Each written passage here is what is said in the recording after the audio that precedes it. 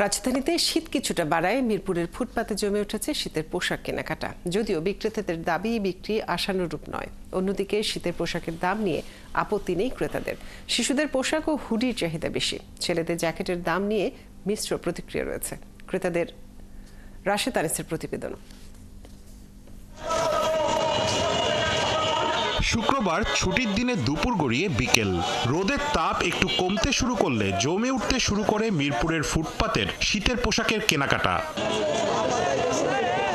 চলতি বছর শীতের তীব্রতা হেরফেরের প্রভাব পড়েছে শীতের পোশাকের বিকিনিতে।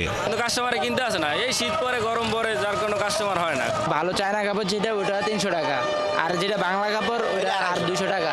বেচা কিনা নাই, জ্যাকেট দামি জ্যাকেট 1200 বেশি, 1400 বেশি। ক্রেতারা বিপণী বিতানের তুলনায় অপেক্ষাকৃত কম দামে পোশাক কিনতে ভিড় করছেন ফুটপাতে। পোশাকের ধরন ভেদে দামেও রয়েছে তারতম্য।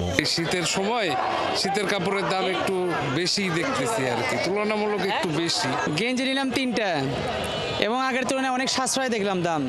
জ্যাকেট কিনতে আসছি, জ্যাকেটের প্রাইস আপনার 1000 টাকা নিয়েছে। ছেলেদের শীতের টি শার্ট, হুডি, শার্ট বিক্রি হচ্ছে 300 থেকে 400 টাকায়, প্যান্ট 400 টাকা, জ্যাকেট বিক্রি হচ্ছে সর্বনিম্ন 1000 টাকা থেকে শুরু করে সর্বোচ্চ 1700 টাকা পর্যন্ত। রাশেদ আনিস, 71, ঢাকা।